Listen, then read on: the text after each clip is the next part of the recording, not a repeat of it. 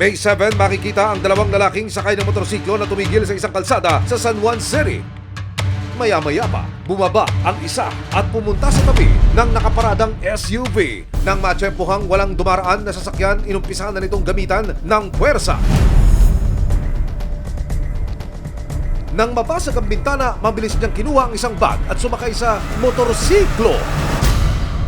Nakapanayam ng resibo ang may-ari ng sasakyan na si Berto. Dumating ako para magdala po sana ng recipe doon sa coffee shop na itatayo. Come and go lang po dapat ako. So, merong isang side doon sa may CM Recto na merong space for parking. Usually doon po ako nagpa-park kapag come and go lang ako. Pinarada ko po yung sasakyan ko. Pagpasok sa loob ng shop, binigay ko yung recipe and then nagpa-take out ako ng coffee.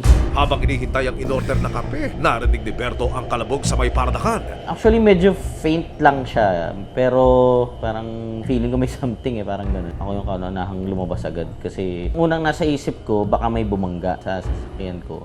Laking gulat niya nang makitang basag-basag na ang bintana sa kanang pintuan nito.